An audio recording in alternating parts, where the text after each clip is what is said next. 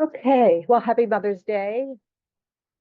We all had mothers, so rejoice and all their kindnesses.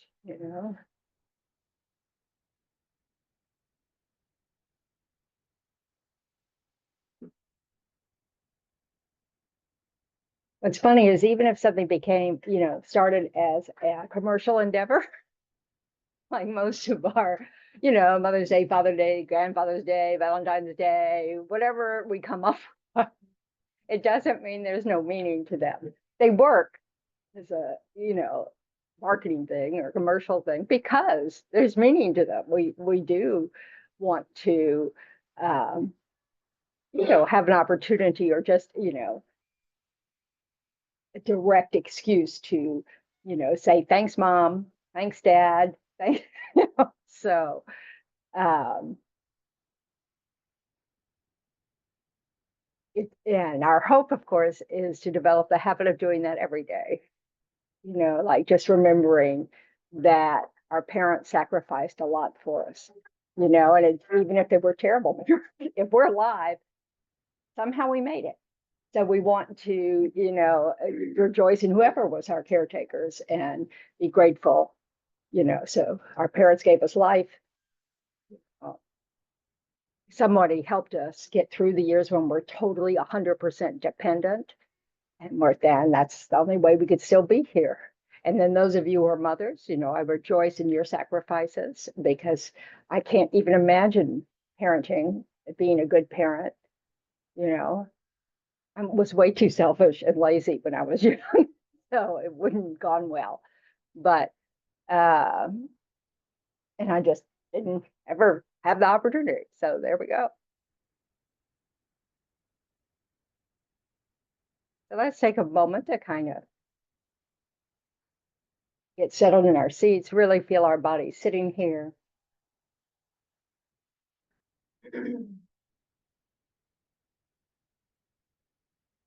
Accepting that we chose to be here, and so we can now show up. And that involves bringing your mind here as opposed to thinking about this morning or thinking about what you're going to do later. Right now, this is all you have to do.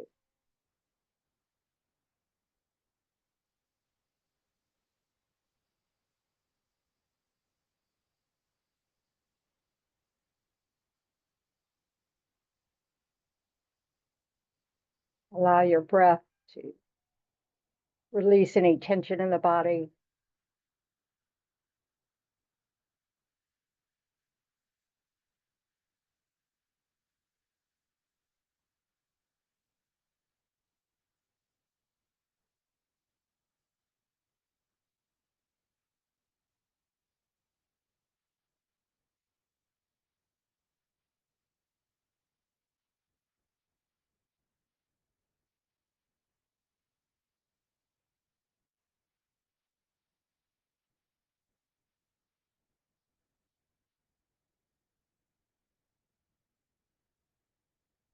And bring the reason that you decided to show up to mind.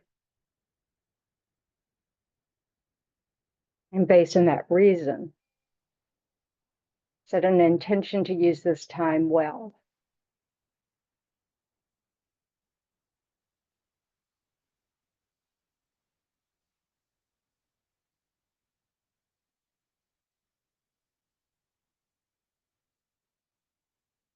And combine it with the wish that it not just benefits yourself, but that it's going to ripple out to benefit those around you.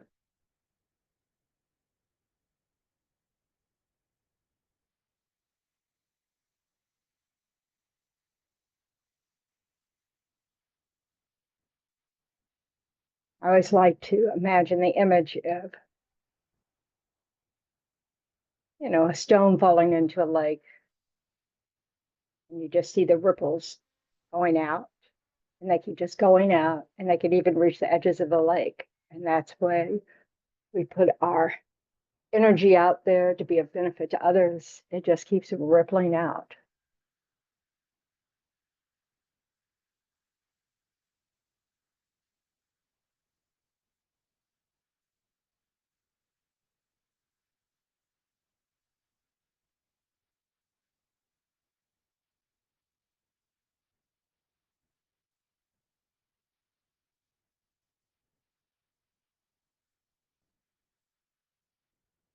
So now we'll recite the four immeasurables on page 34 of the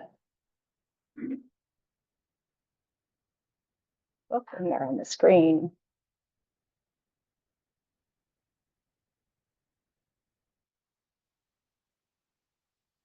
So keeping in mind real people, not just words like sentient beings, real people that you know or that you care about, or that are strangers that you know are suffering greatly due to illness or wars or natural disasters, all that kind of stuff, and just mental and physical pain. I don't know why we say just mental and physical, not just.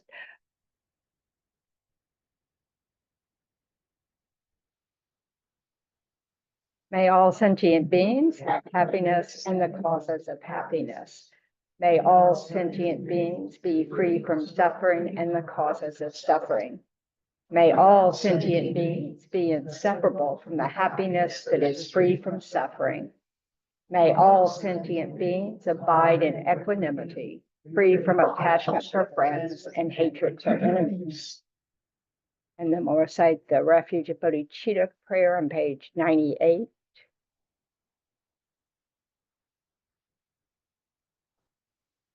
Good morning, Rich.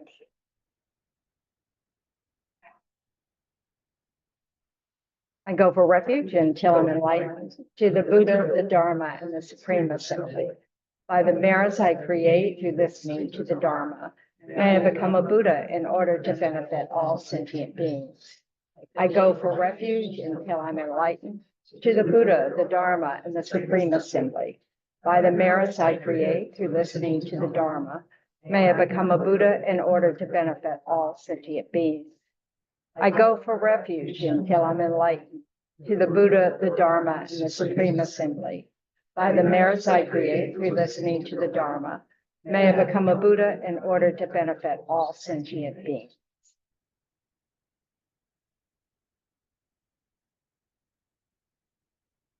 How's your mind?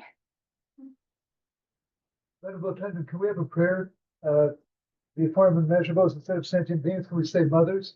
Can we have a prayer to all mothers? Well, we kind of just did that. Yes. Yes. All sentient beings have all been our mothers. Yes.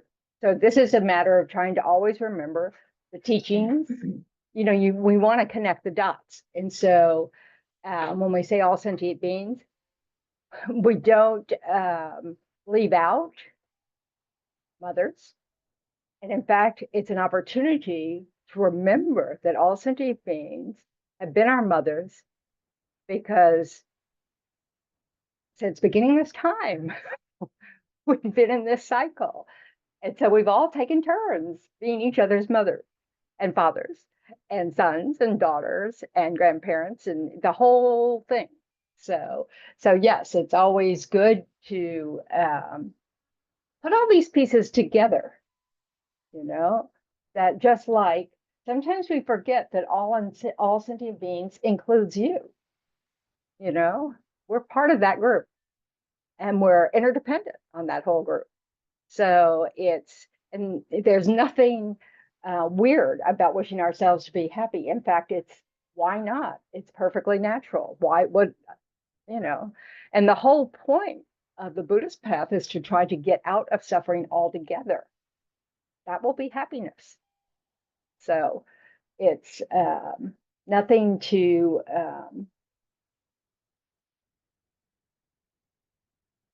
think is somehow wrong.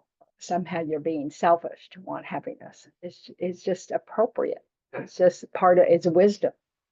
You know, the tricky bit is knowing how, because we mistake the causes of suffering for the causes of happiness, because we mistake that taking care of us, you know, me and mine is the most important thing.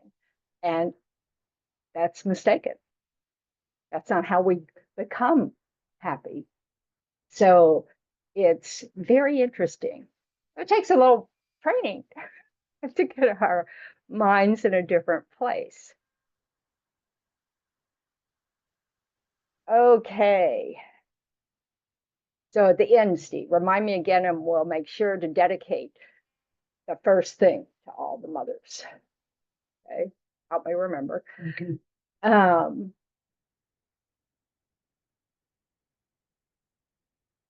Melissa, at home? Are you the Melissa who can tell me how to make sure my phone doesn't ring on my computer? Yes, that's me. Where is the button on top of my screen?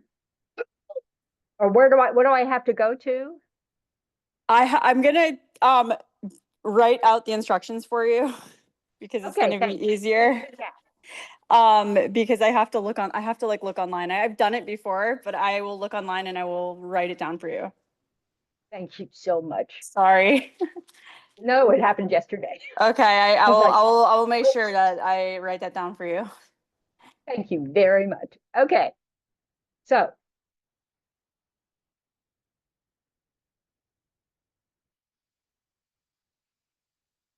hi, Sherry.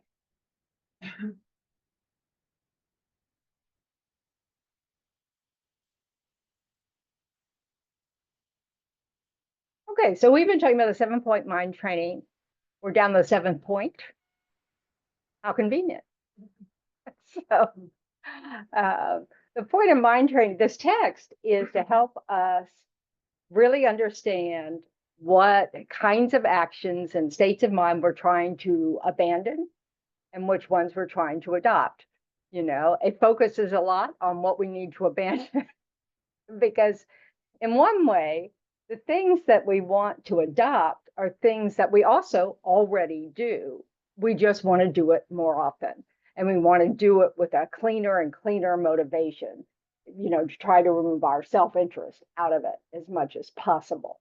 But we already have that, the basis for generosity and compassion and love and kindness, you know, even much to my surprise, patience. And, you know, we have, you know, these capabilities, you know, and we want to try to understand that those are the qualities that actually bring us happiness, not the qualities like greed or self-centeredness or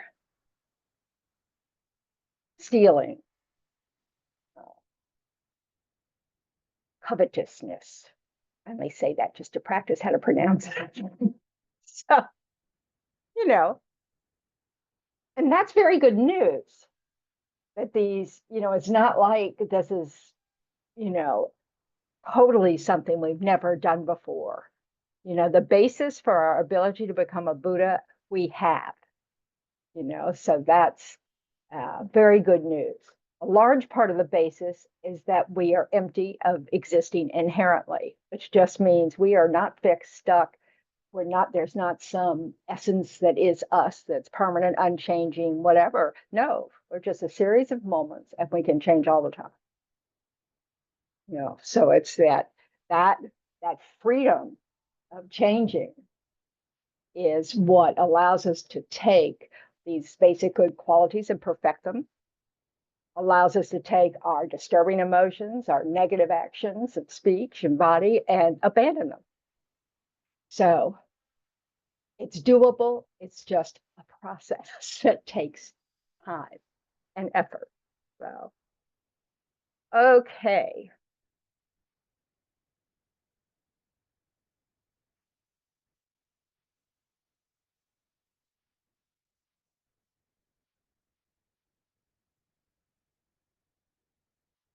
Okay.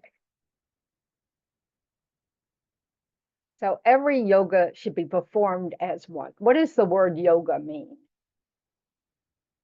What is Hernan? Unity? Is it unity? No. Anybody know what the word yoga means? It's, yeah, it's like a practice. You know, so sometimes they're physical practices, you know, like hatha yoga, but there are also spiritual practices. A yogi is someone who practices and who's reached a certain level of ability in that practice, mastering the practice. So it applies to mind training. Guru yoga, sometimes we refer to, the idea of making offerings and celebrating and being grateful for our teachers through guru yoga, same kind of thing. Yoga just means it's a practice of the mind. Karma yoga, practice of the body, usually. So,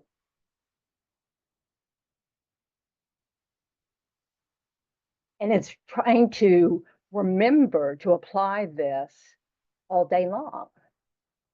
So it's not just when you do your prayers in the morning or you think about, I should have done my prayers this morning, whatever it is. We want to imbue whatever we're doing as much as we can with those qualities we want to encourage, and remind ourselves of letting go of the ones we want to abandon. So an example that Nagarjuna gives is that in our prayers, sometimes before we eat, there were 5 contemplations of the Buddha. And one of them is, I take this food not out of attachment and greed, but as a medicine to be able to help others. So we eat to sustain our bodies, because if we don't sustain our bodies, we won't be able to help anyone, including ourselves. So it's trying to train our mind to always be thinking in that way. Are you Denver108 at yahoo.com? Yes. Thank you.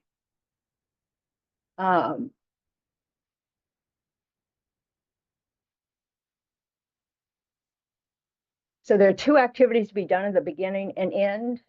What's the one at the beginning? Intention, set a motivation.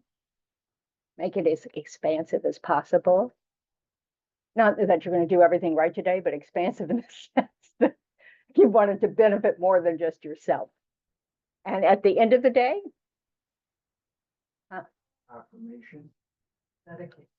dedication and rejoicing. So you want to, before you dedicate and rejoice, you want to purify any negative. You want to review your day. Just review your day and kind of go, oh yeah, that wasn't so great. Oh yeah, that was good. And kind of, sincerely regret the mistakes that you make, and try to, strengthen your resolve to do better tomorrow. And, have genuine regret. It's really like, we want to really understand that these negative actions, body, speech, and mind, hurt us and others. I don't know if any of y'all have ever had a great regret. It's not pleasant. It's like, but we want to have the kind of regret that says, okay, that motivates us. Okay, I'm going to try to do better tomorrow. This is not like your New Year's resolutions, where, you're just, oh, I'm going to try this year to do better at, get more sleep, get more exercise, eat better, all those kind of things. It's this very specific, oh, I caught myself today thinking really terrible thoughts about some so-and-so. And I know that showed an expression of my face. And, so I'm dumping my opinion onto some poor person who has no idea what's going on in my head, and I've hurt their feelings. So, that way, and I want to quit doing that. And so tomorrow, for the next time I see this person for 5 minutes, I'm going to try not to go in that direction. So it's very current time kind of thing. And then, because we are people of habit, that's what we do. We have habits. That's why familiarity helps us with things, because once we're familiar with something, we can repeat it, repeat it, repeat it. And that's what we've done with our disturbing emotions since beginningless time. So we then can just kind of tack on a phrase that says, and boy, I'd like to purify all the times I've ever done that in the past, so that we're not So we just know that these are habits and we really want to break the habit. So it's more about acknowledging and taking responsibility that we have this habit and then choosing to do something differently.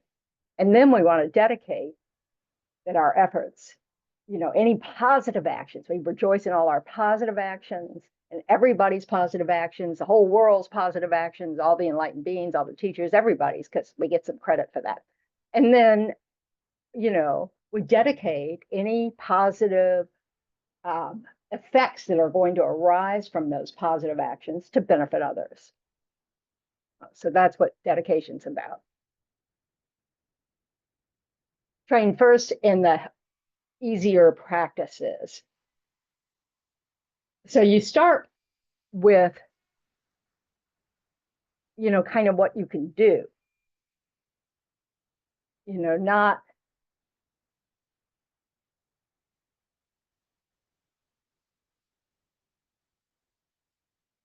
we don't set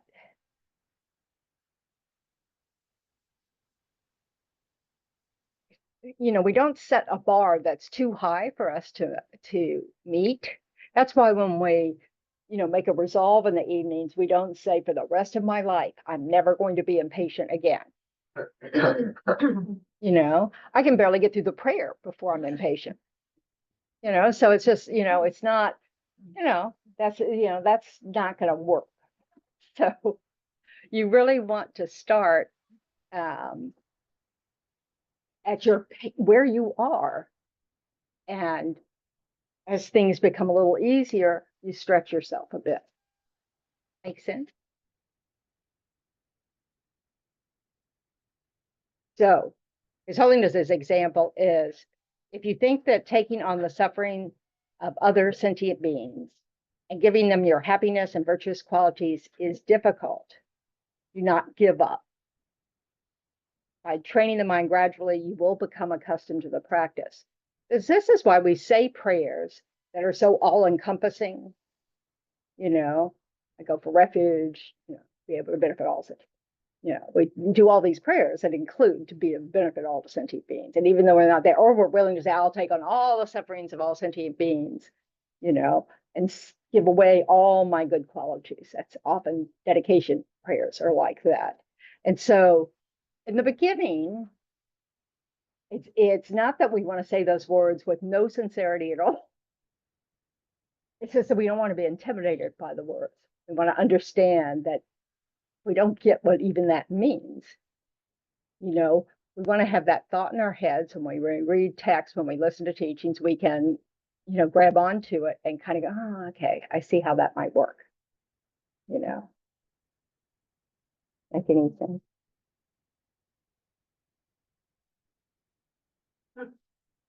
Anybody alive? Yes. If I give away all my good qualities, where does that leave me? With your good quality. In fact, you've just strengthened a good quality of generosity. So you can give them away, but keep them. By giving them away, you strengthen them. Because can you really give it away? Can you give your generosity to someone else? Can you give your patience to somebody else? I wish that. Yeah. You can wish that. And that's all we need to do. We don't lose anything by these practices. Okay, because this is mind training.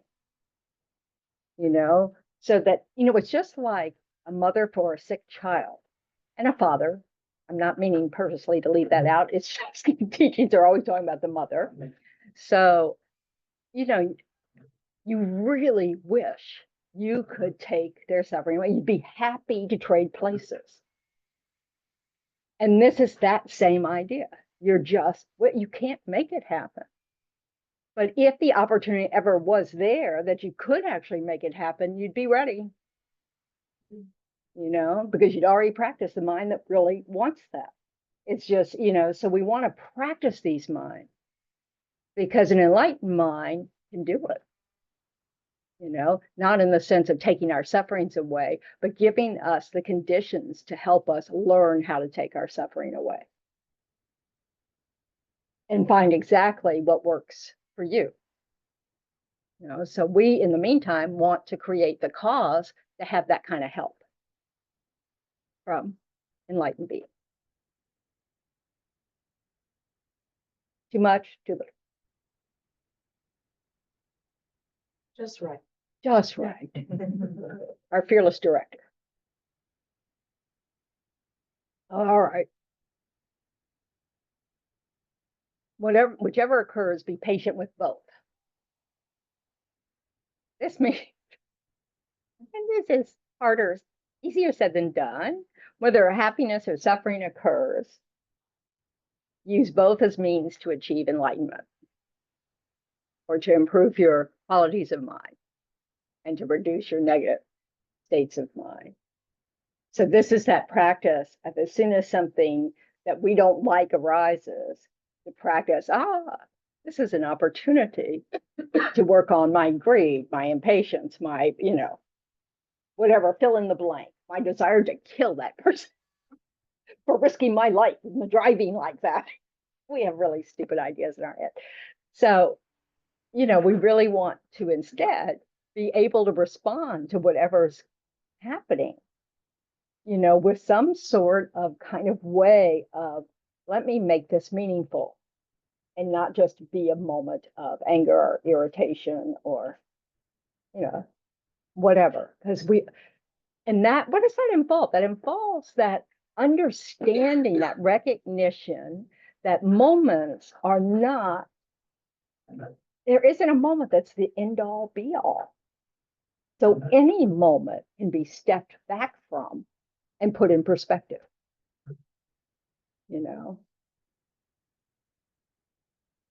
That makes sense?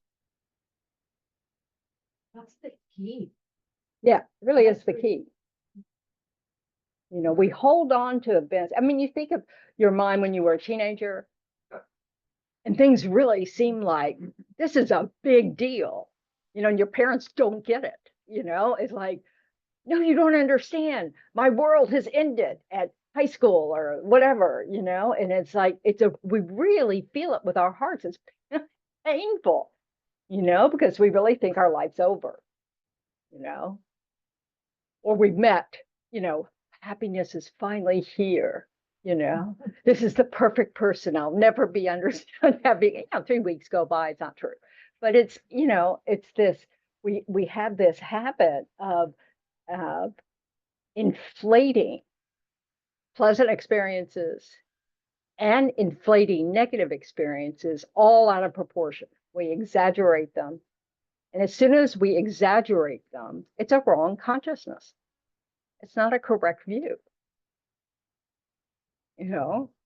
It's a story we've made up. And if we keep following the stories, we can't get anywhere. The more we can see things as they are and respond to them appropriately, the less suffering will layer on top of things that are happening, the less exaggerated mythical fantasy that that we layer on top of things. It's like, so it's like, I have a thing for red cars. At some point in my life, every time I saw a Toyota Celica convertible that was red that would go by, I go, oh, I really like that car. Well, right now the color red that's coming out in cars, like Tesla has a red car, all sorts of cars. It's just really nice for my eyes. Might not be true for anybody else's. I really like this color red. And so every time I see it, I go, oh, that'd be nice. Like I care. I mean, it's like, but this is the habit, it's just a habit. And maybe that's why I like these robes, but it's just, it's just funny. It's like, I'm so glad that I didn't end up in the tradition that wears the saffron yellow. I would not look good in that. I don't look good in this either, but it's just like, I like this color. That's helpful. I have it from being a monastic. Oh, let's hope so. His Holiness says it's the color of happiness. But that's a story we make up. It's the color of happiness because monastics, are able to live a life that, they find meaningful. Not all monastics, but, so but the point is, it's acknowledging that we don't recognize things as they actually are on even superficial levels. Not to mention, we think everything has an essence that is it. Like that red color is truly perfect. That's just not true.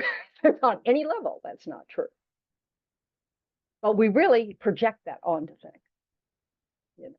and we get disappointed if we can't get just everything just so.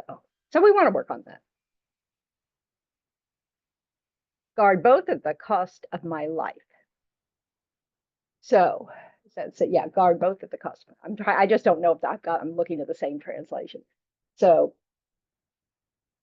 we want to, those of us who have vows, whether they're refuge vows, bodhisattva vows, individual liberation vows, which are called pratimoksha vows, which is when, like they're ones for lay people, where you take vows not to kill, not to steal, not to have sexual misconduct, not to lie.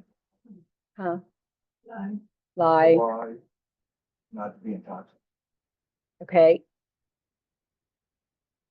Nuns' vows are also pratimoksha vows, because they're vows for a single lifetime, and they're for individual liberation.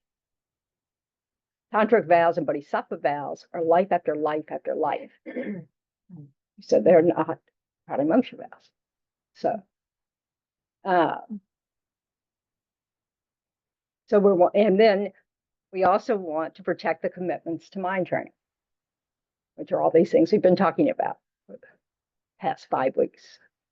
So, it's this idea that you make that decision that you're really going to keep working on this, and you're going to expend the effort.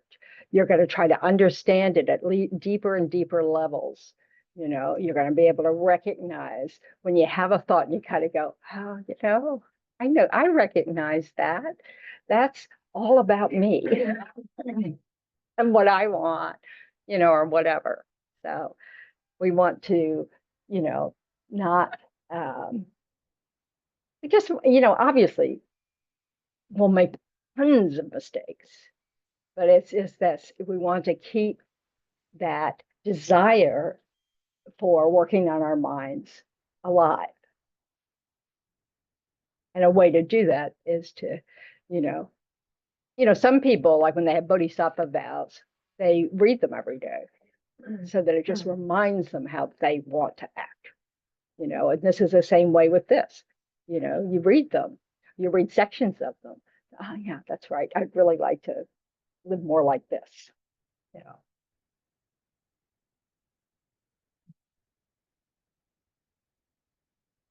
Train in the 3 difficulties. This is getting at identifying disturbing emotions. So like when Jack starts teaching on mind and its potential, one of the things that's in that course is telling you about different states of mind and how they're defined, and how they work against you or how they work for you. So it's you start because one of the things that's very useful for is understanding there's jargon. So if you read certain things, like the word attachment has a very different meaning in Buddhism than it does in American psychology or Western psychology, because, in Western psychology, attachment between parents and their children is very important. It's a positive thing. That's not the kind of attachment we're talking about here, So you want to know these things. You want to understand that in Buddhism, attachment is when you're exaggerating the good qualities of something, which means it's wrong. It's like when you really love your child, included in that is recognizing their bad habit, not thinking they're just perfect and better than anybody else's child. Those are not true. It's like, so this is the more and more we can be accurate about how things are. And of course, until we're a highly realized being, we won't recognize anything accurately because everything's through our filters. But that's why when you train your mind, you keep cleaning up those filters so that your view can get a little more refined and less dictated by your beliefs, your system, just this kind of mix of things from our whole lives and previous lives, whatever. And particularly ignorance, the fact that we grasp at a self in an exaggerated way.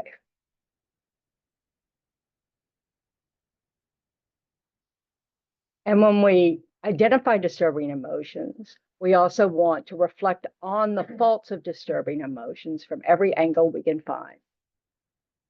What does that do for us?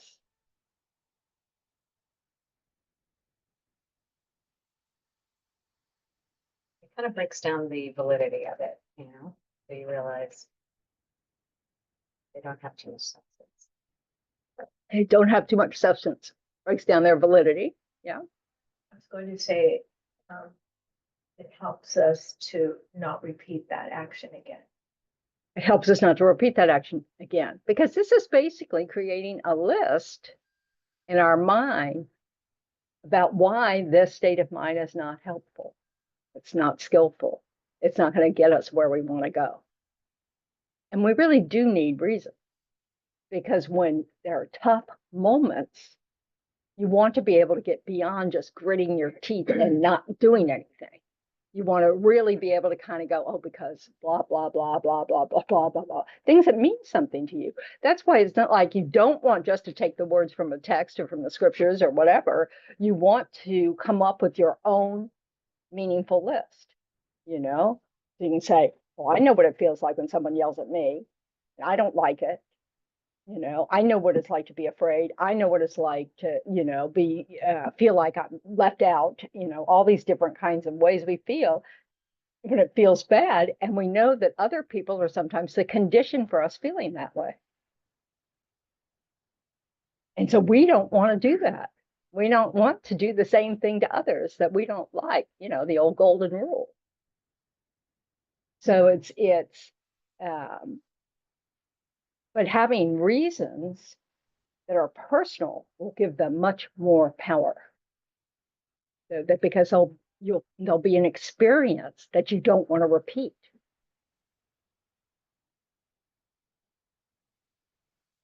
And then we want to constantly try to stop them, the disturbing emotions, which means we really want to develop the idea of, as soon as you realize it, you go, oh, I'm sorry I did that, in your mind, and the reason I'm sorry I did that, and you come up with one of those reasons to reinforce that decision, because way too often we shrug it off. And that reinforces the idea it doesn't really matter.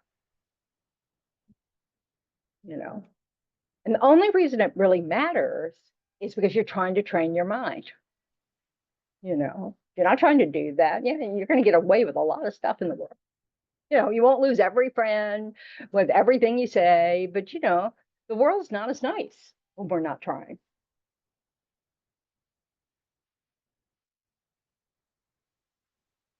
Arguments, debates, disagreements.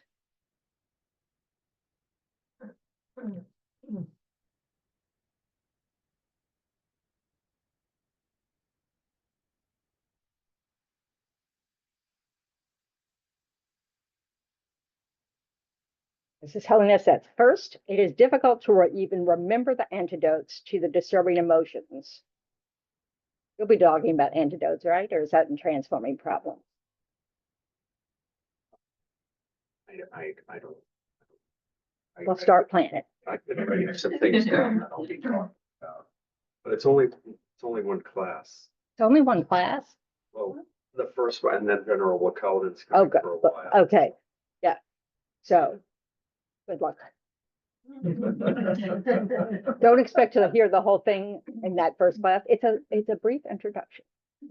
So, Second, disturbing emotions are difficult to stop.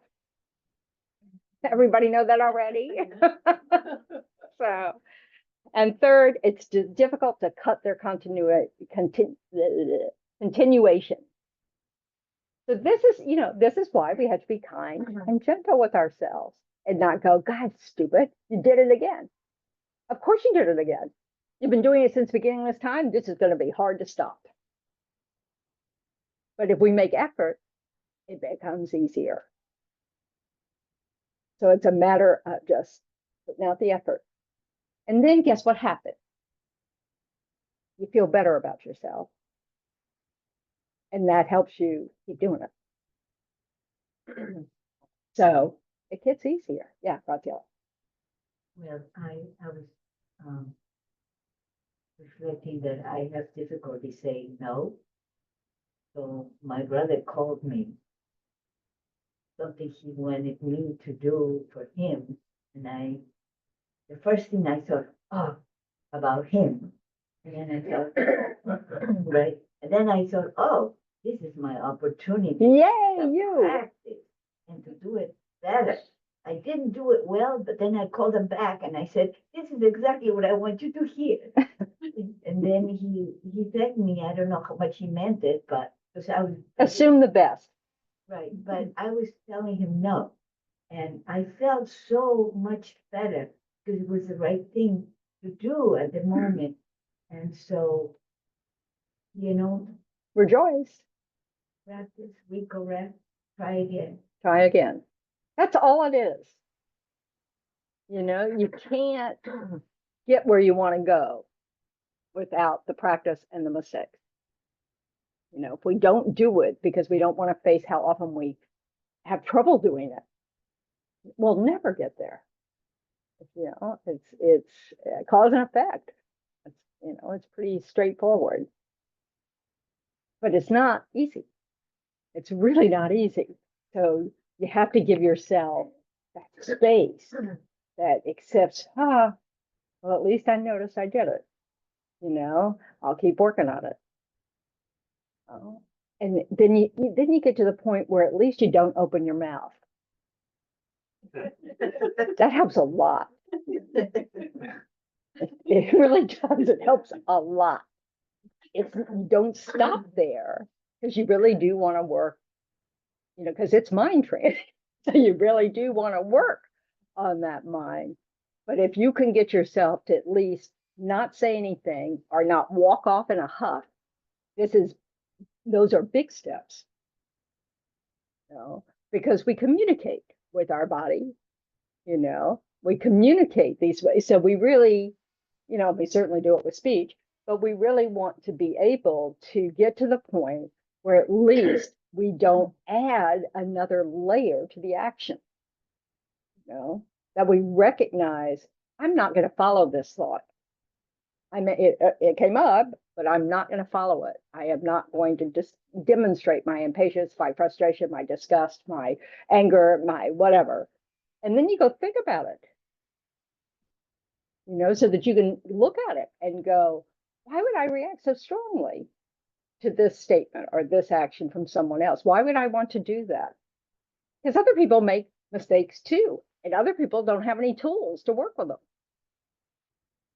So we want to, grab our opportunities when we can and be gentle with ourselves and compassionate and understanding that it is a process, not an event.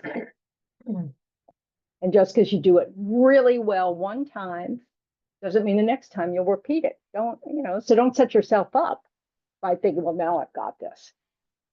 For 6 months when I first met Buddhism, I felt like, hey, I'm really getting the hang of this, and my patience seemed to be just so much better. Go to Plum Village within 2 weeks.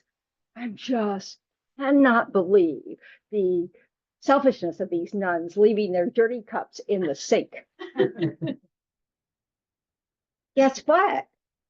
I had just avoided all conditions that required me to be patient.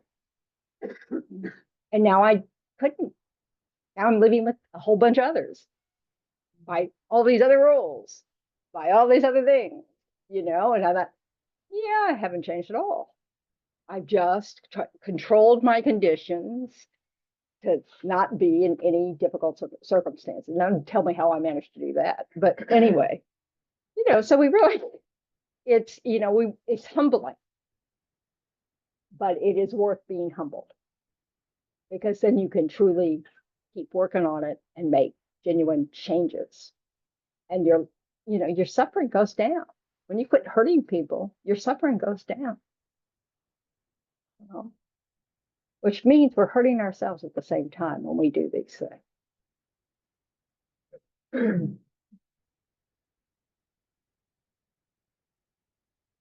Transform everything into the great vehicle path. What's the great vehicle path? Just so I can check up on how little I taught you. Mahayana path. The Mahayana path, which means literally great vehicle. Maha is great, Yana is vehicle. So, and what does that mean? And we have two ways to say it. Yep, we don't know. Okay, Liberation.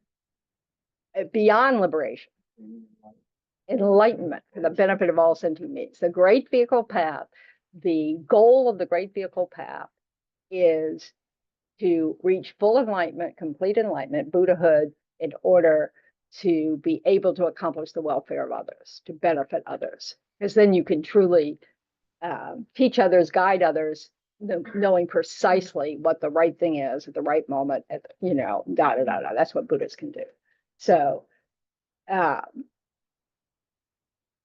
the foundational path is the path that is, wants liberation out of samsara. The good news is, even if you aim just for your own liberation, become liberated from samsara, guess what arises? The wisdom to know there's more work to do. So then you decide, oh, I need to become fully enlightened in order to benefit others, because, nobody can watch the world suffer if you can do something about it. It's just, it's in our qualities. It's just, it's gonna, so His Holiness said, I'm pretty certain that one of the things that happens when you realize the way things actually exist, have a direct experience of that, perfect it, and become liberated from samsara, you will know that you want to become a Buddha. So, but this is, yeah.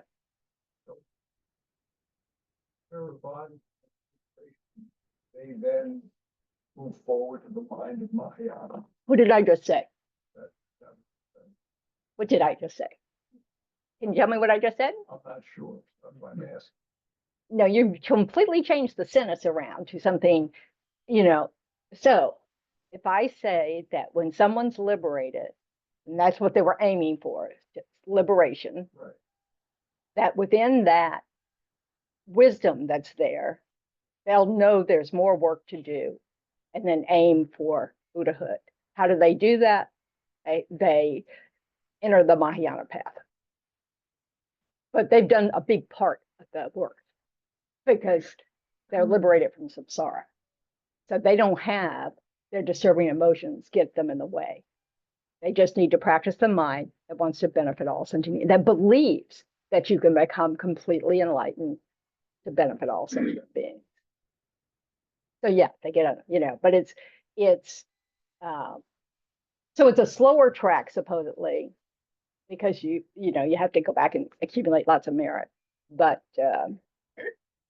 hey, the Buddha taught that path, so it gets you there. So what you were saying earlier, then praying for bodhicitta to grow in us, even if we don't feel it, will kind of. Well, it helps us stay in that direction. We're training our mind to remember that. And that's a big part of the deal. If we forget what's our ultimate goal, we can't get there. So it's sort of like just reminding ourselves, and slowly, as your heart softens, towards others, it becomes genuine. Just like parents don't want to leave their children to suffer, you start to feel that way about all sentient beings. You know, a lot of people mistake equanimity for sort of this dulling of feelings for others, you know, when it's actually you're elevating everyone to the status of your own precious child. You know, do you see that equally? You want that equally for all sentient beings. You don't base it on whether you like them, don't like them, or whether you don't know them. Because they've all been our brothers.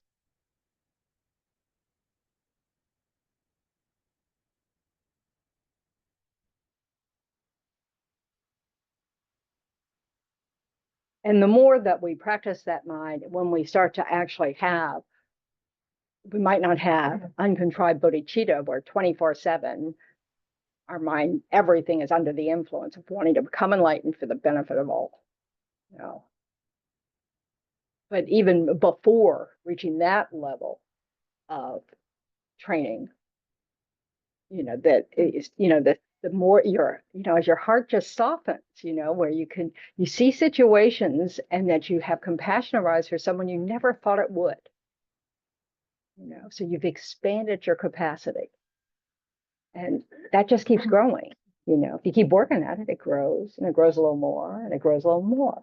And then it's not so far away from your habits to understand that it would be wonderful if everybody could reach that state. And, you know, and then you want to be part of the help to be able to do that.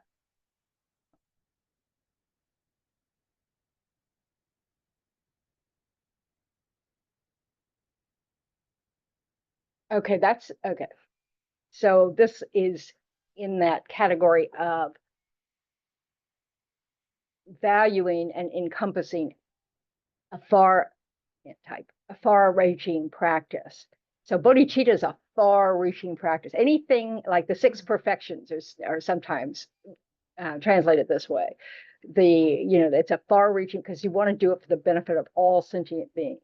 So you want to be able to practice generosity to basically anybody who asks.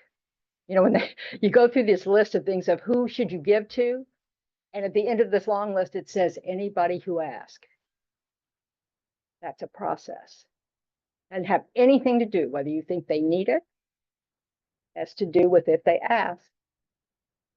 Okay, fine. So that's far reaching. Very far. Very, very, very far. So, but that's the thing. It's not a, you know, we don't start there, but we want to see how, I mean, I remember the first time I read that. It was just so interesting to me, you know, it talks about people who need and they ask and da da da da. And then finally, you know, you're going through all these categories, it's getting bigger and bigger and bigger. And then finally it just says, whoever asks. You know. So so that's the process. It's a step-by-step process. It is not that you just wake up one morning and you just give to anyone who asks. Now, we must keep in mind that in all practices, we want our wisdom to be present. So, like with generosity, you don't give drugs to a drug addict, no matter how many times they ask. There's no wisdom in that. There's no compassion in that because there's no happiness at the end of that road. You know, so, you know, it's not about this desire for people to like you. You know, like just like good parenting. Sometimes your kids don't like you. You're so mean. You know, I'm not asking for much. Blah blah blah. You know, but you have to kind of go, sorry. You have to take the hit. So it's just a process, but you do have to develop your wisdom. So, makes sense. Every now and then I feel compelled. To see what's happening in the Zoom world. Are they still there? Yes, they're still there. How's it going there? Okay, All right. Good. All right. This is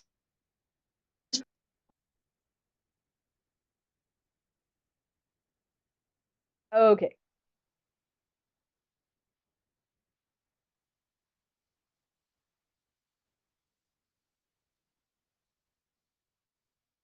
See, this morning.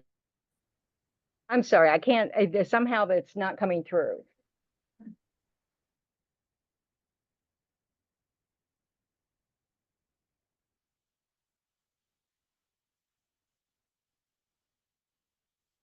Okay.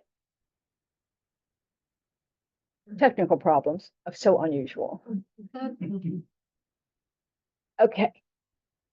See, the three principal conditions. One of our principal conditions is our fortunate human rebirth. So, because we have the qualities, or we can develop the qualities of faith, wisdom, and effort by choice. You know, we have the capacity, our human brain is a excellent physical support for being able to work on our minds. You know? And then we are in good human conditions. You know, we have, you know, the ability to think, we're not living in a war zone, we can meet the teachings. You know, there are all sorts of factors that go along with that make it a fortunate human rebirth. So we want to make good use of that. That's our inner condition that we can use. You can use it wherever you are, wherever you end up. But it, you know, you need some, you know, you need to get some instruction. You know, you need to be able to meet a Dharma book and get some tools, because so far we've been winging it on what we already can do, and it hadn't worked out so well. We're still stuck in samsara. So we really do need guidance. The external condition, is to have found a teacher, spiritual guidance. So we do need that. We're not trying to figure it out all by ourselves, because we've had plenty of time to do that. You know, and we haven't succeeded. Because we still mistake how things exist. We still think that chasing what we want is the path to happiness when it's not that. And the circumstantial condition is that we have adequate food, clothing, and shelter. We need those things. So, you know, but we don't want extremes. We don't need luxury things, but we don't also need just the cave and the nettles to drink. You know, we can, you know, we can have a little more than that. But if that's all you have, practice. You know, so, but that's only if you've met the teaching. So people who, was it Milarepa that, you know, stayed in the cave and drank nettle tea and turned green? He had met a teacher for many years before that.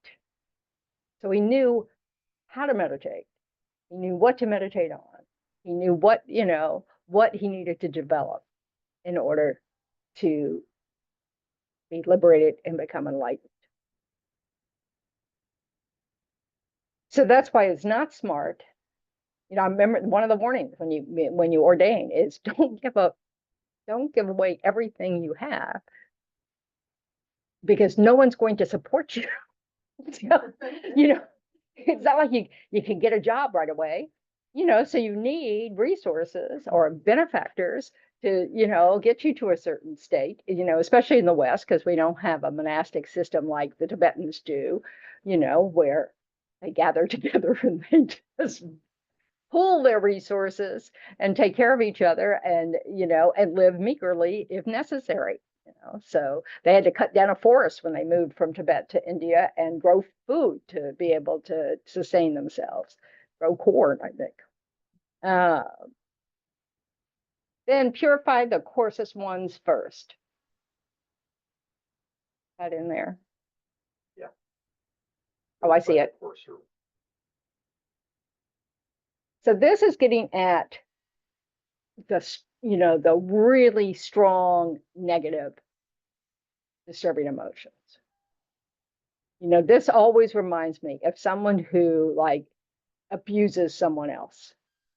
When they, you know, when they try to get help, the first thing they have to do is stop the abuse. They have to stop the abuse. It's not an option. You know, that's the first job. You know, you stop the abuse. Is that easy? No, it's not easy at all.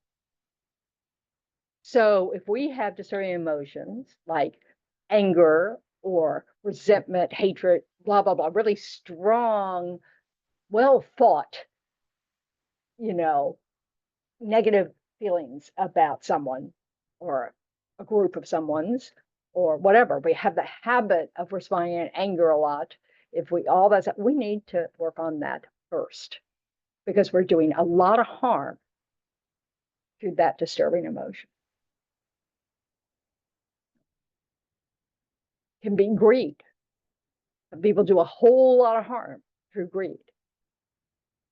So it's not covetousness, this wanting somebody else's belongings.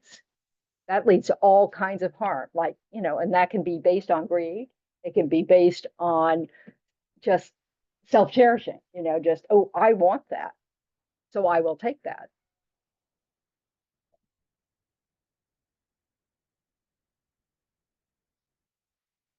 So it's that, and so this may be where, you know, it's, you may have to really notice how people respond to you or the feedback you've gotten over years in relationships and different things to kind of go, you know, where is my biggest difficulty in terms of, you know, some disturbing emotion? So,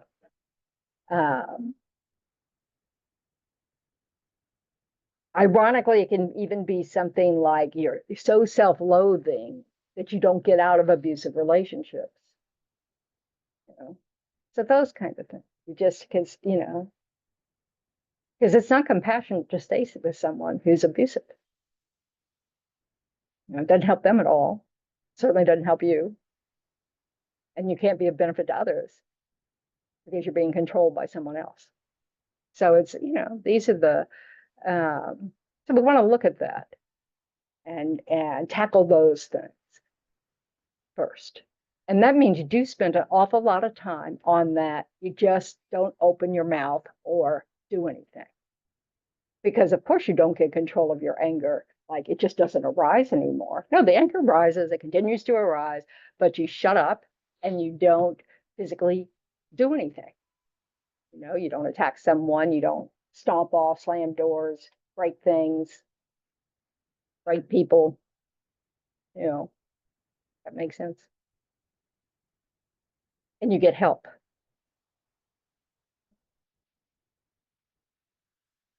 Practice that which is more effective. This is getting at the perfections are, once you become a bodhisattva, then you practice the 6 perfections. Of course, we don't wait till then, because we'll never get there. We don't start now.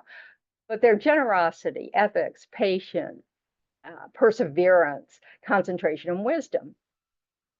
Well, ethics is actually the most important to practice because ethics leads sort of everything else, you know. So, and that's part of the reason why monks and nuns don't try to go get a lot of money so they can be more generous to people, because they're what they're focusing on is ethics, living an ethical lifestyle, you know, working on their minds, working on their speech, you know, those kinds of things, and then being generous as possible, you know, and of course, making offerings and those kinds of things earn a lot of merit, and so they're taking vows earns a lot of merit.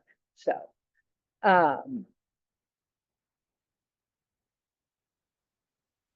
Also, ethics helps is that starting point of wanting to do no harm helps you grow the minds of love and compassion, helps you develop equanimity, you know, which of course is going to help your practice of generosity too when you have the resources. And ethics is one of the primary causes for fortunate human rebirth, or for a human rebirth anyway. You know, so how many billions of people we have now? 8, 7, 7 to 8, 8. How fast that? What was it? A couple of years? You know, every single one practice ethics. to get here as a human being. So all those people you find intolerable, that you just hate, guess what? They have the same qualities as you to get here. You know, they didn't have the same other, the completing karmas are different for all of us.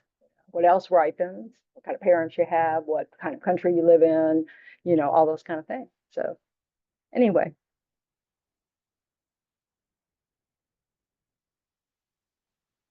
Don't let 3 factors weaken. No, practice that which is, no, got that. Don't let 3 factors weaken. So this is, you don't want to lose respect for your teacher. You don't want to let your mindfulness slacken, and you don't want to lose the spirit of rejoicing and training in the mind. So this is why this is really important, because what happens when you lose the spirit of rejoicing in training the mind? Stop. Yep, you stop. You're just kind of like, it's too hard. You give up, and you rationalize it by saying, "No, I'm not getting anywhere." Oh, it's just what I don't have the time. I don't, whatever it is. So what does that mean about pacing?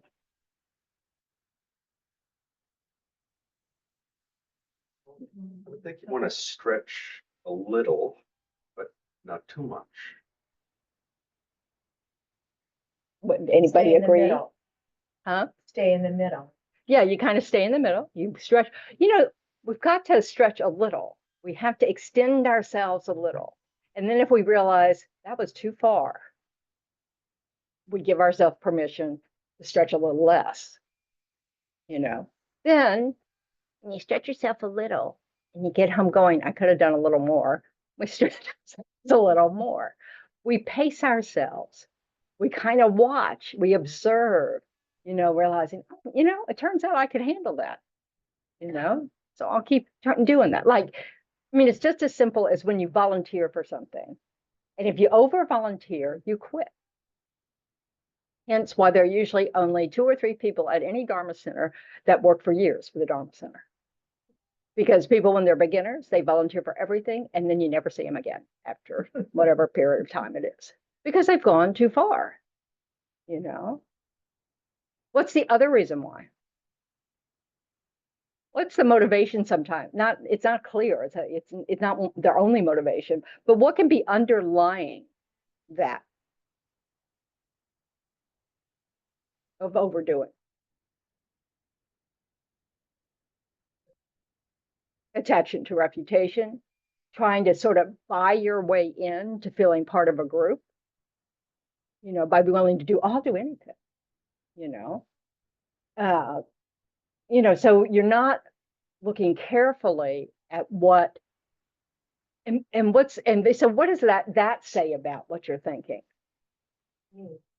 Well, but it's also that you have some expectation that there's going to be some sort of payoff. If I do this, this will happen. They'll like me. Motivation is. That's right. So you have to correct your motivation. You need to realize that whenever we do anything and expect a reward or some sort of validation or something, if we're not getting it, we'll quit. So you want your motivation to be something that says, oh, I want to do this to work on my mind.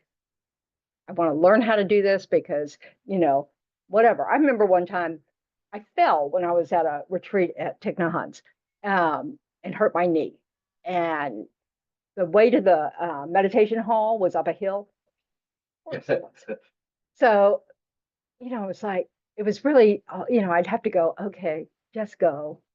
And then, but the best motivation I came up with that actually got me to get there without me, in my mind, because my knee hurt, was this is going to be someone else's night for that click, where, they found their home. And it's just like, I don't want to not be a part of that, because I remember that for myself, You know, I remember that experience of having that, like, he's teaching, you know, what I wasn't looking, but and what I need.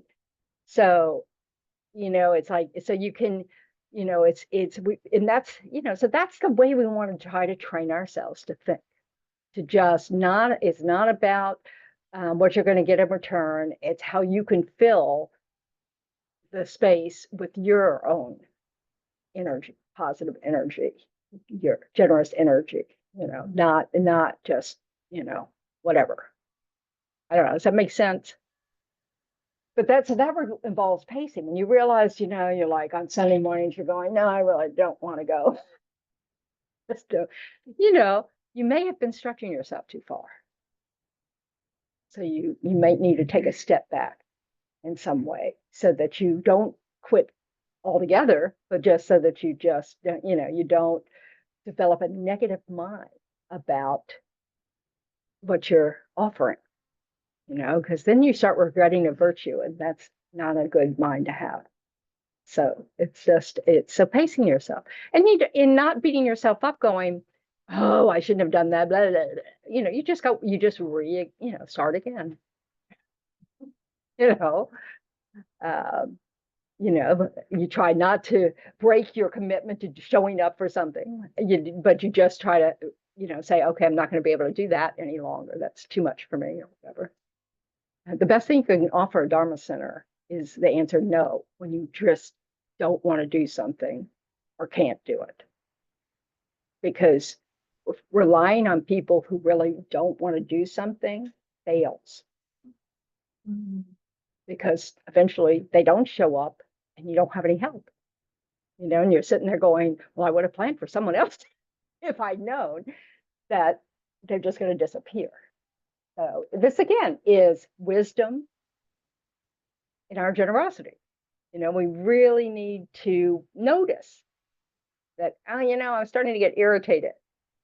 You know, I mean, I know people who've been long-term practitioners that no longer show up at a center because they're always asked to help. And that's a mistake on both sides. You know, I chuckled. I said, no, what are you? 75? It's okay for you to say no to everything they ask you to do. You know, 80? Yeah, you can quit helping now.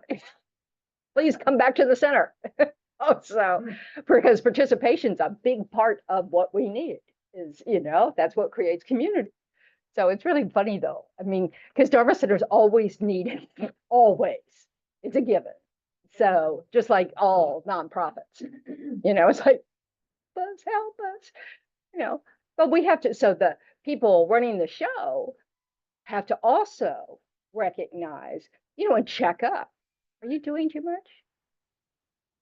You know, or always prefacing an ask for help with, it's okay to say no. No is an acceptable answer.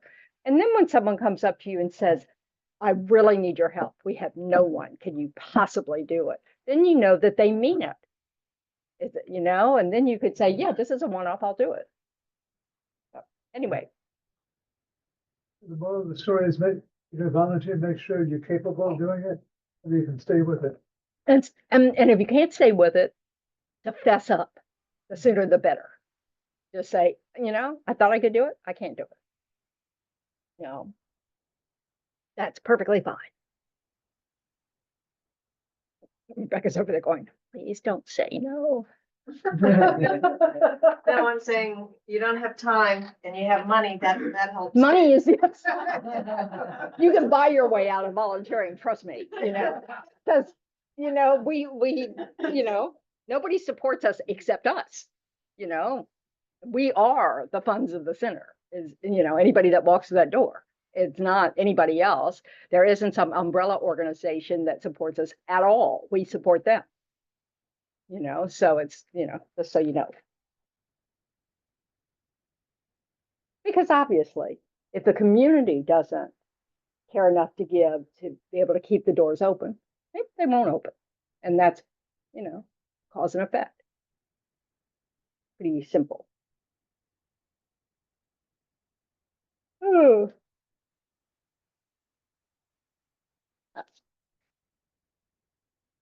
Never be parted from the three possessions. So this is where you don't want to give up you don't ever want to quit accumulating physical virtues, virtues of the body, virtues of the speech, and virtues of the mind. So you always want to be doing those things you can't, like prostrations if you're able, or at least mentally prostrating, setting up altars, those kinds of things. You want to do things that are virtuous with your body, volunteering at the soup kitchen, with the correct motivation, all those kinds of things. So verbal, hard to say, verbal virtues, virtues of speech. So reciting your prayers, kind words. Just, you want to, be continuous with those kinds of things. So you do your daily practices if you have commitments. You do your daily practice even if you don't have commitments. This is how we create the cause for kind, positive speech and wisdom in our speech because of, studying, reciting prayers, reading text, all those things. And don't be parted from mental virtues, which is our trying to cultivate that bodhicitta mind, that really wish to, become enlightened for the benefit of all sentient beings. Because once you have the mind of bodhicitta, long before you're enlightened, but now you have a 24/7 mind that everything that you do is influenced by this thought, so that, any negative action, you just, you wouldn't even entertain it for very long. It just would that won't help. When you have that 24/7 mind, everything becomes easier because you're no longer up against your self-centeredness at all. What we're fighting now is our self-centered attitude, our misunderstanding how things exist. So we have a lot of resistance to things. We give up, we get tired, all this kind of way. But once you have that mind, it's not going to have that resistance at all. So it becomes much, much, much easier. So this is the hard work, is now. It doesn't get harder, it gets easier. So that's, I think, very good news. If we relapse, meditate on it as the antidote. So whenever we have, negative action occur, we really want to review our faults that we thought about before, why we don't want to do that. The fault of that negative action, not you, the negative action. The negative action has faults. The negative state of mind has faults. We are not those faults. But we want to we want to really give us a good reason why we don't want to keep doing that. So like with impatience, an antidote to impatience, is love. You think about, you want all sentient beings to be happy. How is your impatient attitude going to help with that?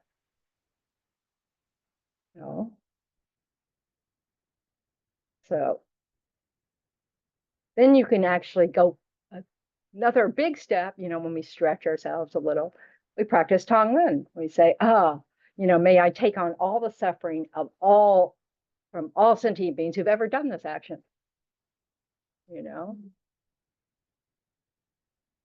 and give them antidote.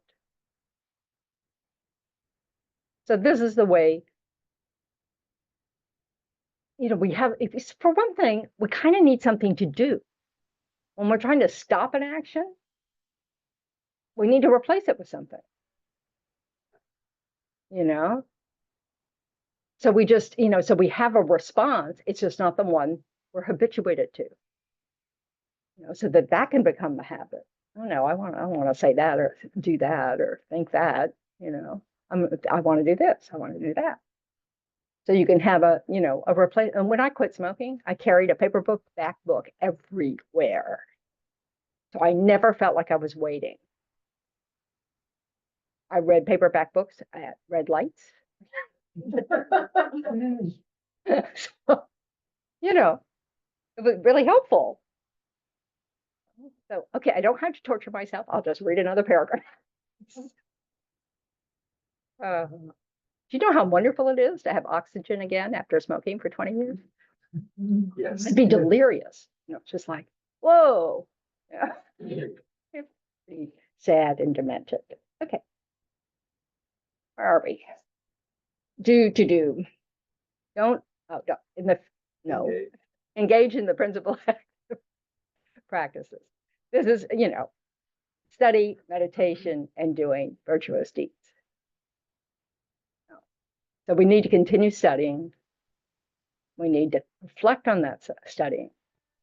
So as we've talked about before, we want to, when you do analytical meditation, like when you're standing there going, I don't want to say that because blah, blah, blah. That's an analytical meditation. I'm trying to train my mind not to be impatient or say anything impatient because these are, that's an analytical meditation. And then if something hits you as a truth, whether it's just that feeling of like, oh no, I really don't want to do that. You meditate on it. You grab that moment for, you don't just rush to the next thing. You let that sink in. When you're on a cushion, you have even more time to do that. So you don't have to be on a cushion, but not literally. But even going about your normal day, you can take that 30 seconds to recognize that you've just had an experience of this truth in a different way. And that's really valuable, giving you the strength to keep it up. In the future, always put on armor. So one of the things they talk about is perseverance. If they have, you put on the armor and joyous effort, and this is that kind of way about, you're wanting to guard your body, speech, and mind. And putting on the armor is that thing of saying,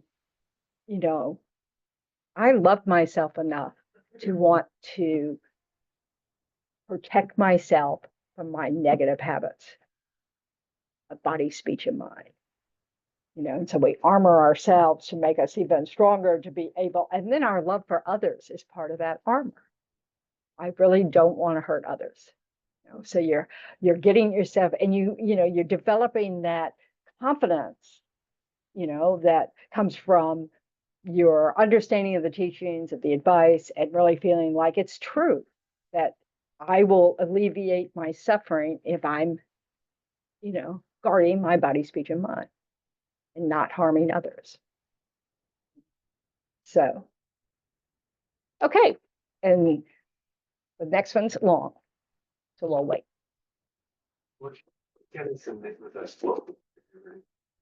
Awakening the mind, lightening the heart. Mary Carmen found it in the library. I'm impressed. That one library. Yeah, Is that the one that you, that's awakening. I got it all, for $1.20. Yeah, you can find used copies. Absolutely. So, because I don't think it's in print. But did I give you the whole title or did I stop in the middle? No, that's it. Yeah. Awakening the mind, lightening the heart. Yeah. Okay. So now we're at the end of this teaching. So what do we do? Dedicate. And Second thing. Yeah. we add Kathy Leonard to our dedication. Maybe there's a couple people here that might remember Kathy. She was very instrumental in keeping the center going in the early days. She did so much work. She lives in North Carolina now, and she has metastasized stage 4 breast cancer. So if everyone dedicate, we'll Keep her in our prayers. And we can dedicate to all mothers. Next week's my last teaching for a while.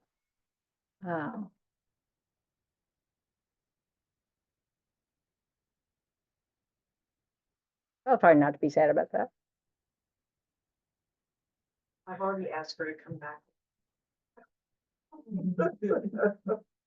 And I already said yes. Yeah, you know, I'm a hard case. But I'll probably be showing up and say, please come to my condo and help me pack up stuff and clean it to sell it. Because that won't have happened yet. Oh. All right, what am I doing now? Sharing. So rejoice in your efforts. Rejoice in everybody's efforts with positive actions around the world.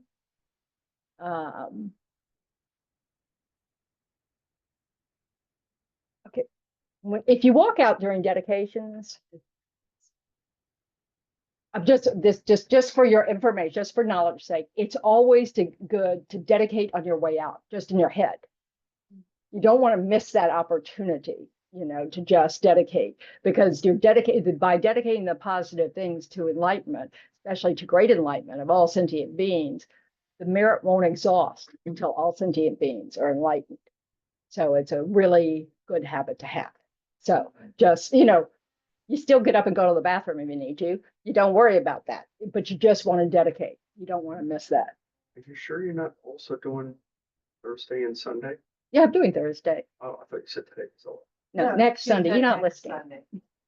I'm just gonna pick on you. that's why I'm asking. Yeah, no, it's next Sunday, but I'll be here Thursday night as well. Tomorrow. Oh, the medicine Buddha preaching tomorrow night. Yep. Oh.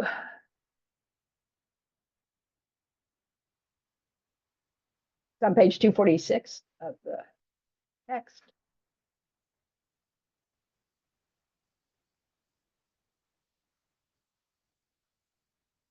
It'll take at least, 5 seconds to genuinely rejoice in your efforts.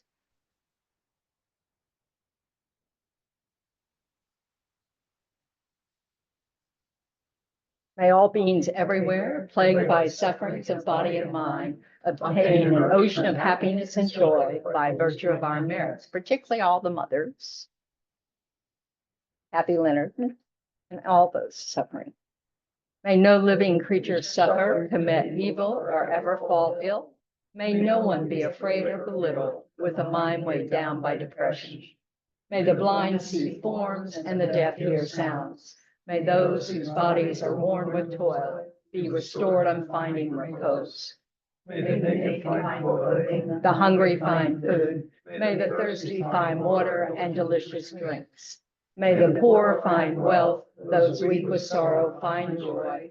May the forlorn find hope, constant happiness, and prosperity. May there be timely rains and bountiful harvests. May all medicines be effective and wholesome prayers bear fruit. May all who are sick and ill quickly be freed from their ailments. Whatever diseases there are in the world, may they never occur again. May the frightened cease to be afraid and those bound be freed. May the powerless find power and may people think of benefiting each other. For as long as faith remains, for as long as sentient beings remain, until then may I too remain to dispel the miseries of the world. And then the long life prayer for His Holiness.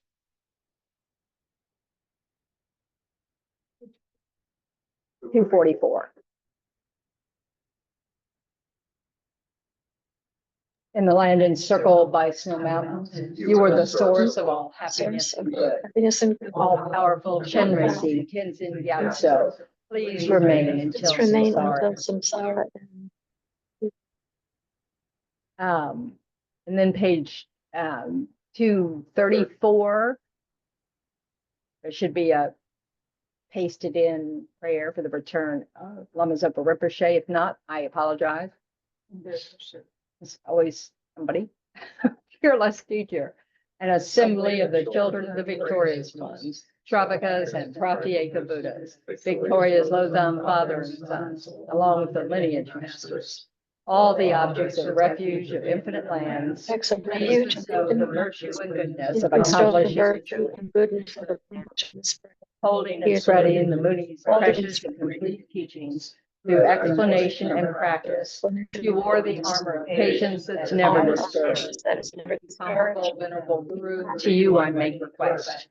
While striving single-pointedly for the sake of the victorious one's teachings, the sole gateway through which all benefit and happiness emerge, from mother living beings, suddenly departed to peace, what a great loss. Nevertheless, through the undeceiving truth of the blessings of the ocean of the three jewels, and the great waves of bodhicitta of the children of the victorious one, may the smile of a reincarnation swiftly beam in glory for fortunate disciples. So, okay. Have a meaningful week. Better some Buddha pujas tomorrow night.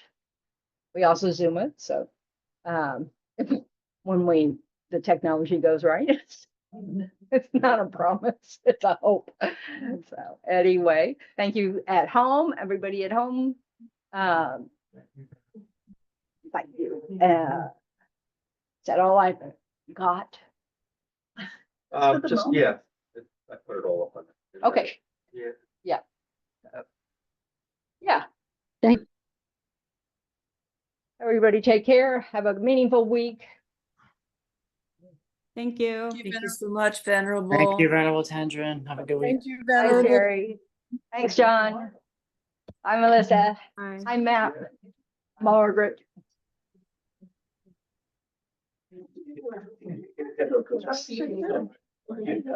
And Jack, can you close down the recording and turn it off?